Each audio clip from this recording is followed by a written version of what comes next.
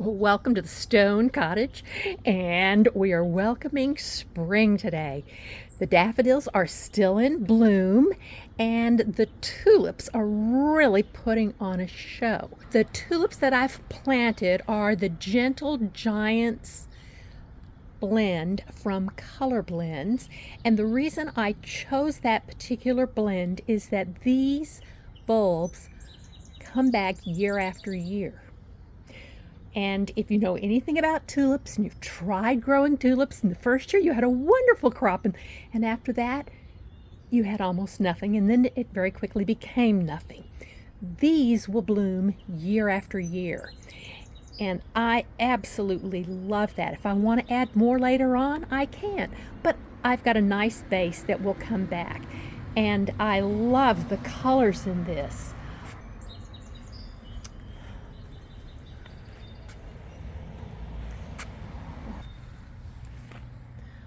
Some of them have more orange in them, kind of an apricot color, and some are more pink, and then some are kind of almost a very pale pink.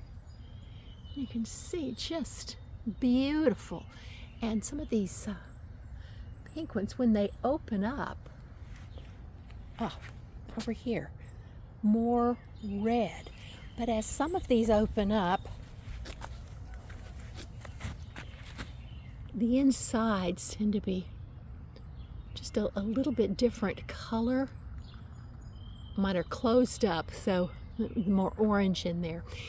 We are going to have some showers this evening, and it will rain tomorrow, which means I don't have any shadows right now, which makes photography really nice, but I wanted to get out here before it rained on these guys, and because there's no sun, they're closed up kind of nice and tight, but you can see how beautiful they are. And I have I think it's called Southern Grit blend of daffodils, which is a really interesting combinations of daffodils, clusters of smaller ones and larger ones, and they're still blooming all together. Now the hyacinth, I do have a few hyacinth over here, and those already existed. They were already in the garden, and I just left them from when I replanted. There are even some yellow tulips in this, so this is very exciting to see. The white lilac right next to it, and it's really putting on a show. Now my neighbors, you can see they have an azalea that's already in bloom there. Now this azalea for me is just about ready to bloom. So this is that time of year where every day is just a little more spectacular. So I think I will still have tulips and daffodils in bloom when that azalea begins to pop out. Now on the other side here, this azalea that has a deeper color, this very small flower and a very bright red color, starting to bloom. And up here is my horse chestnut, and these are the buds that will bloom in the next few weeks. Oh wow, and this just happened today. I've been in the backyard today, not the front yard. The pink on that tree, that is my dogwood that's starting to bloom. Here's one of my tulips falling apart. So this is an old one, but you can see how red it is on the inside in there. And it was one of those paler pink ones. Just a very, very interesting blend of tulips that I'm very much enjoying. And here is the front of the house with all the bulbs.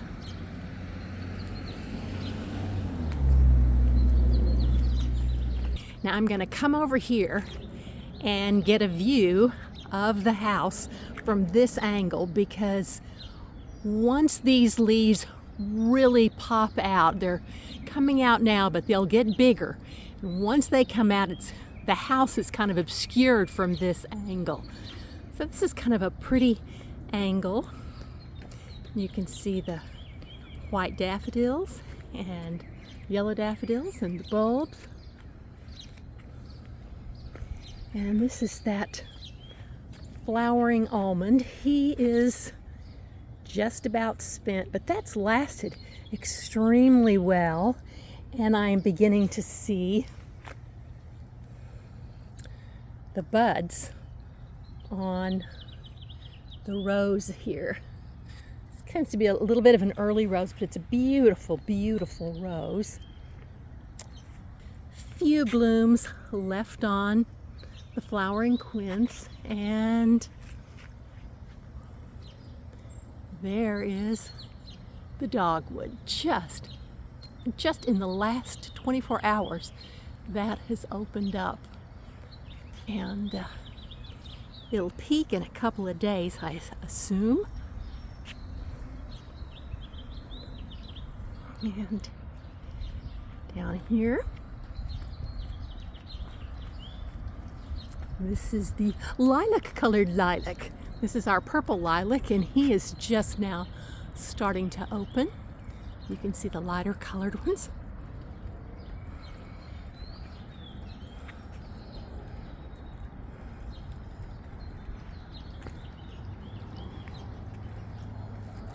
Now over in here are some allium that are coming up, and the foxglove is getting ready, but I am beginning to see some little buds.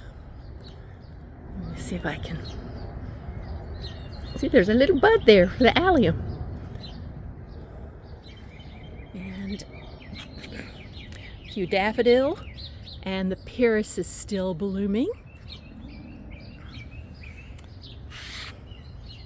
And here's my lupin, looking nice and healthy, which is really good. We did the Easter egg hunt in my yard, and one of my grandchildren did a face plant. That's what they told me. Sorry, Grandma, Ben did a face plant. So there was a smushed spot, but I think that's where it occurred, down in there. But hopefully that didn't do too much damage to the flower buds. And here's the spirea. He's been going for several weeks. And the oak leaf hydrangea has really leafed out and is looking good. And there is some meadow rue, pretty perennial. And this is the little wildflower that closes up. A couple of them are still open, but they close when the sun goes down and open when it's sunny. And back behind there, that is the acanthus. It's starting to come out. And the leaves are coming out on the Edgeworthia, and the flowers definitely have seen better days. And this has just started coming out. These wonderful leaves are Well, here comes Kirby. Kirby is an indoor cat, but he escaped when I opened the door. He went running out because he just couldn't wait to see everything. But those leaves are the mayapple. They are an ephemeral, and they create a little white flower underneath the leaf that you have to kind of get down on hands and knees to see. And they create something that's edible. I suppose if you're starving, you could eat it, but we tasted it one time and it wasn't very tasty. But anyway, mayapples will be really sweet. Well, not tasty sweet, but the mayapples will create a pretty little different leaf texture here. But like I said, they are ephemeral and they go away, as will this little ground covering native flower. This is the pulmonaria, and he is getting totally smushed. This Edgeworthia sent out a branch that's on the ground, and I have not pulled it out because I think it's probably setting roots. And once it's set roots, then we can cut it out and transplant it. That's a wonderful bush. Oh, Kirby is excited.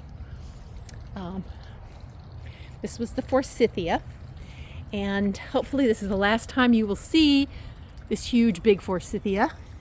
It's just about spent with the yellow, and I'm going to come in here and I'm going to really cut that back and hopefully give a little more sun under here, so a few more things will grow.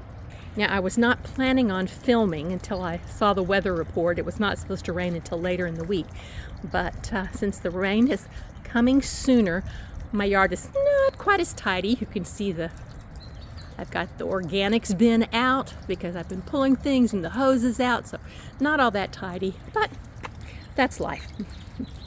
This is how it is in the garden. This is the reality. Daffodil here, and some vinca, and the little snowflakes.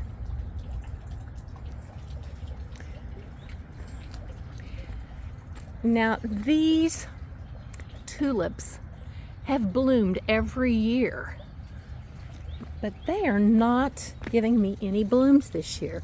I think the bunny rabbit has attacked it. Oh, you are just really fit to be tied, Kirby.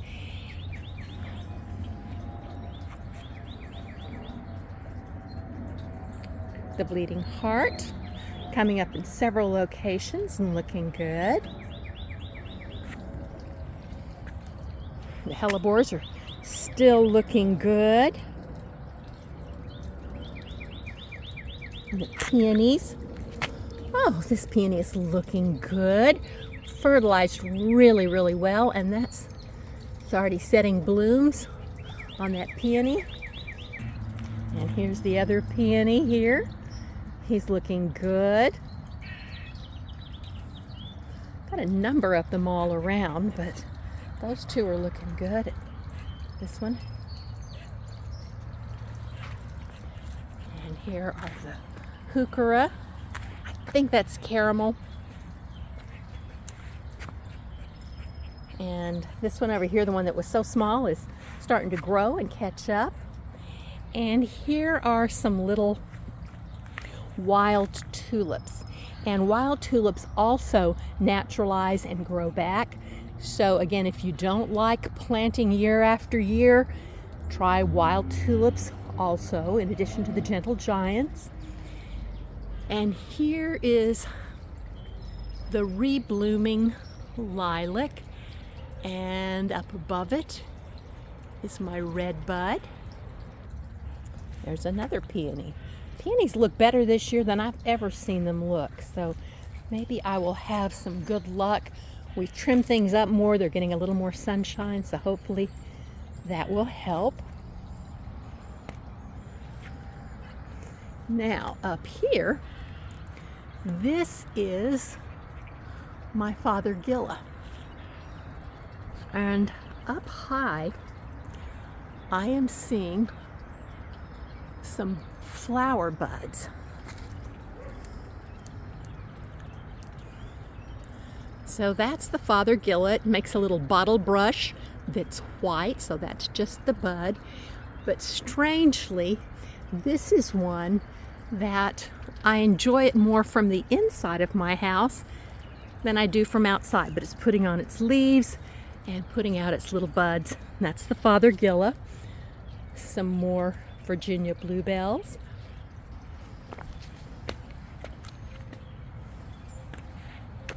The bleeding heart. And here's the lily of the valley, the Maguey de Bois. They are putting out some buds all along in here. They're supposed to bloom the 1st of May, but mine always bloom a couple weeks before that. So another week or 10 days, I should have a good crop of those. Flowering quince is still blooming. And a couple of orange tulips. These are tulips that were here when we bought the house. So they're at least 10 years old.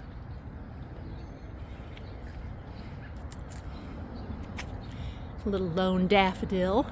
And there is my camellia, and it's still, you can see some browning on the old flowers, but some of them still look really pretty. But boy howdy, see that mess over there on the ground?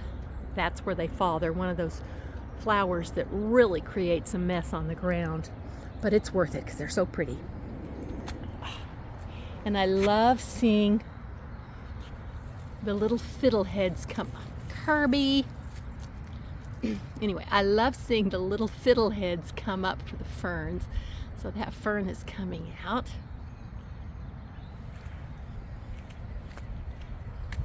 And a few of the red tulips.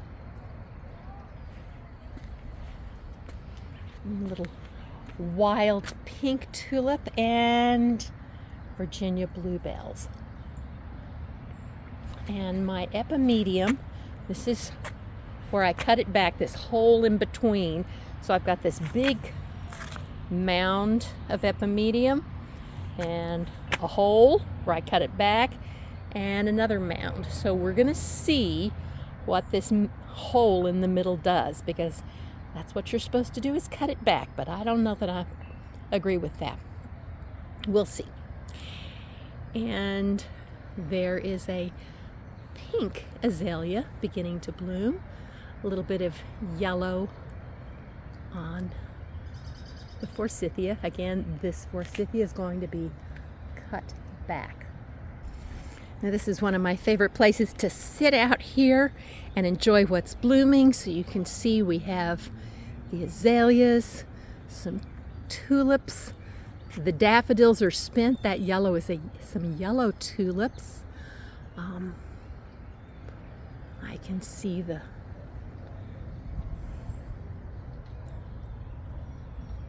vinca. This particular variety of vinca back here has a variegated leaf and a larger flower that grows around the base of the tree.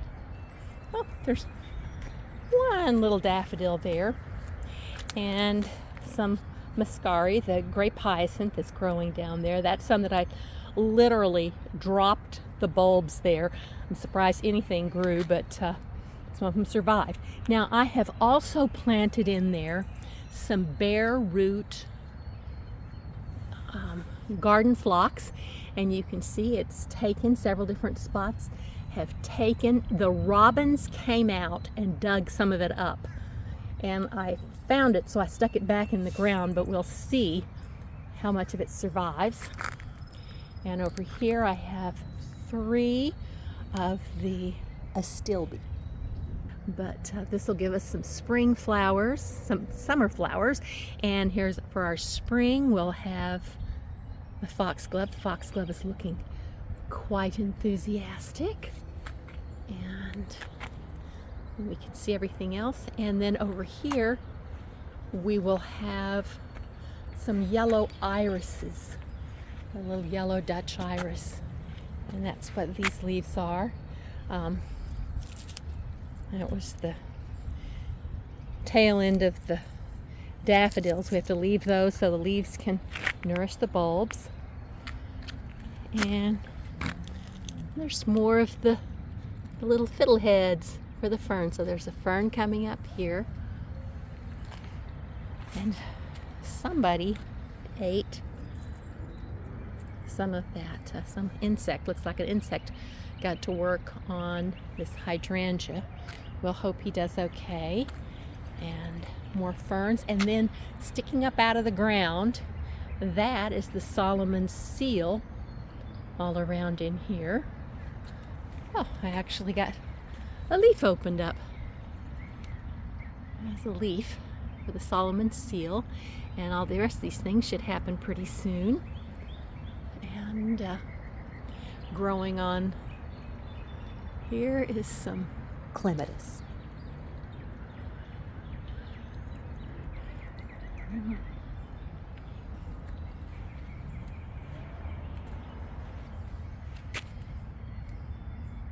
Hellebore is still putting out flowers here. This is one of the later ones to bloom, and he is doing well. And we've got some buds happening here. This should be pretty. And okay. This is the most tulips I've ever seen back here. And the hostas are coming out. So these are tall already. Those are like 15, 18 inches tall. These are just barely, you know, like 8 or 10 inches tall. That's going to be a big one. And then the one over here, it looks like nothing. It's just this little dark purpley green stumps that are coming out. So this is our slower one. The fern's looking very happy. And the hostas are here. The sedum. And the vinca. Flower bed's looking pretty.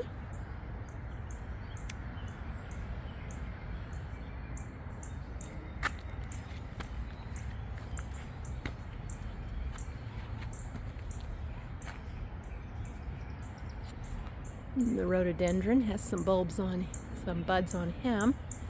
This is the mess from,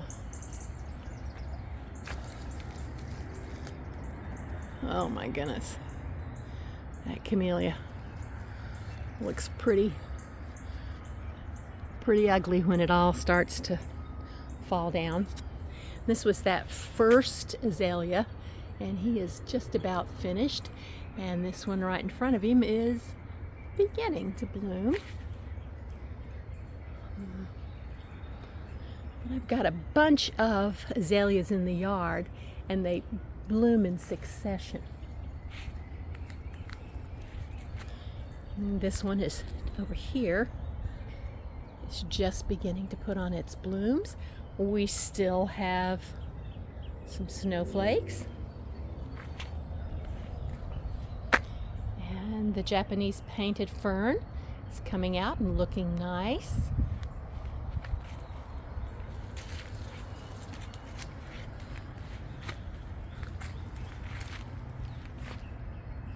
Here's the epimedium, the bishop's hat.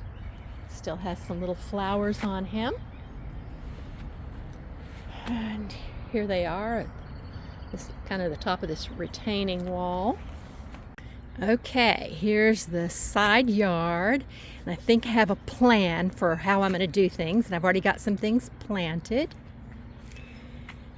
So there is, on the left, you can see there's a large spot there, and what's going there is a hosta, Francis Williams. I'll show you that. Okay, I've got kind of a messy spot here, all the camellia petals, but this is the Perennial Shade Garden. It said 12 plants. It came with 2 different types of astilbe, supposedly 3 of each plant, and 3 of the hosta Francis Williams, and 3 of the hosta Patriot. And when you get the bag and you open it up, here's my hosta Patriot in its bag, and it says count 3 per bag. This will grow to a height of 18 inches. I'm supposed to plant it 1 inch deep. I'm assuming that means not the leaves, but anyway, 24 inches apart. So this should go to be about 24 inches wide, and it will be yellow, green and yellow. And so this one is the Patriot, which is this one right here, which would be nice in the shade because it has that whiter margin, that pale yellow margin that'll brighten it up in a shady spot. And here's what you need to look for. It says 1 bundle of 3 plants. I assumed it would be 3 plants, but I'm going to show you what I got. This is the bundle right here. And I can clearly see, well, one plant here. And it looks like just one plant here. But if you use your imagination, you can kind of see, there we go. One plant, two plants, three plants. So I'm not going to tear those apart. I'm not going to divide those. I'm going to keep them together and I'm going to plant them together. And then when they go a little bit larger, I can divide them because hostas do grow very readily here and they divide quite easily. I think I'm going to divide some more in my yard. I can get more plant for this, but I feel a little had by that thing that says 12 plants. If I'm dividing, I consider that one plant, but let's see how it grows. And I'll plant these and show you where I've done that. And the other plant I got was the hosta Francis Williams. That one will grow to be a little bit taller, 22 inches or so, and a 3-foot spread. It's not quite as light as the Patriot. It's all planted and the leaves are very white at this point because it hasn't had any sunshine in the bag, but this one will be a larger one, about 3 feet across, so it should fill that space quite nicely. Green center with kind of a chartreuse margin. Now I've got a pretty blank spot right there. What I want to put in there is an autumn fern, one that will stay green and give me some structure and color all year long, like the other ferns that you're seeing down there. So I'm wanting to have the ferns dotted along so it will continue to be attractive even when the plants die back. And I'll probably bring some more of those little seedlings from the hellebores to dot around here. And those will take a little while to get established, but that's inexpensive, and I'll probably just set those along in here.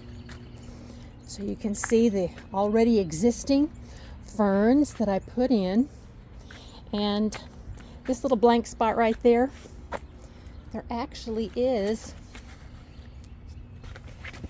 a hellebore. All you see is one leaf, but I don't know quite what happened to him, if somebody stepped on him or what, but he will grow. He's still alive. He's coming along. His friend next door is a little small, but he's coming along too.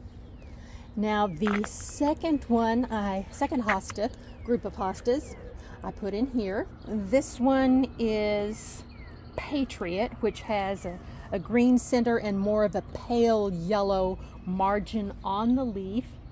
And he will only be about 18 inches tall and about 24 inches wide. I am putting this in the ground so you can see it's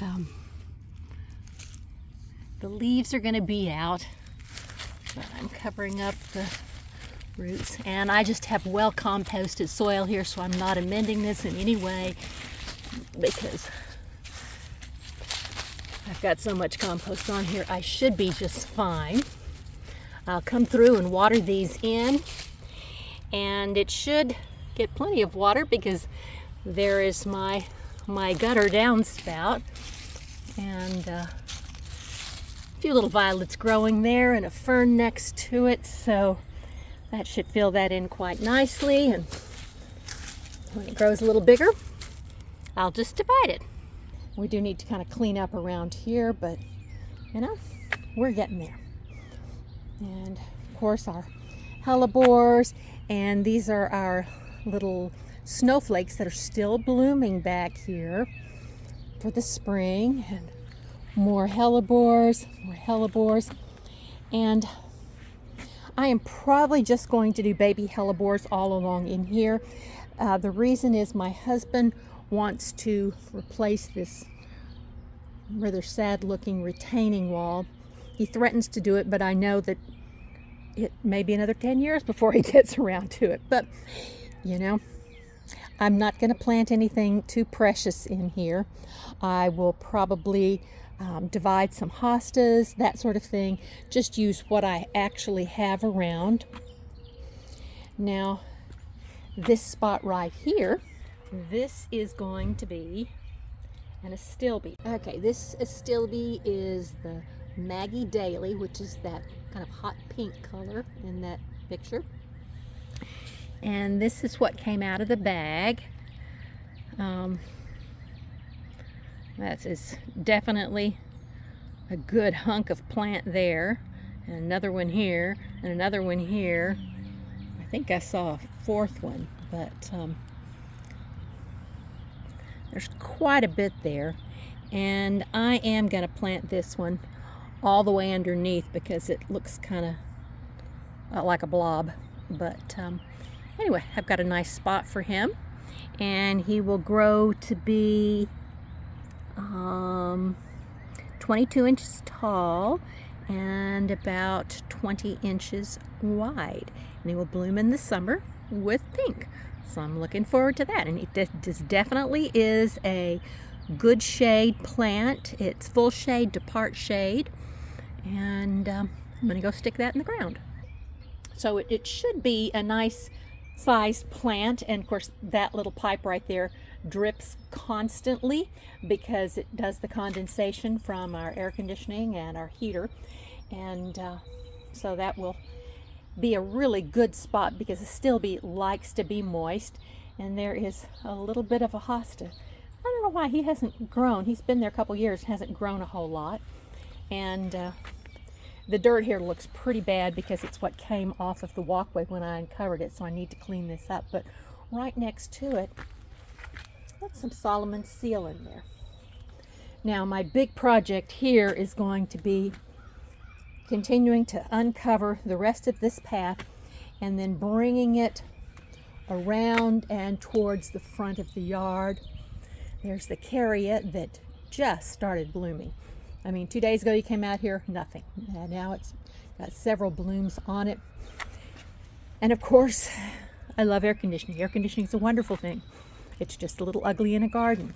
So we are talking about maybe getting some trellis and creating a kind of a U-shaped cover that we can easily remove in case we need to have the air conditioner serviced, but we'll cover it up in the meantime. So that's where we are with our project here. Okay, looking back towards the front, the azaleas and all of the tulips and daffodils and other little bulbs, and our lilacs blooming. Just a wonderful time of year. Thanks for joining me, and I will see you next time.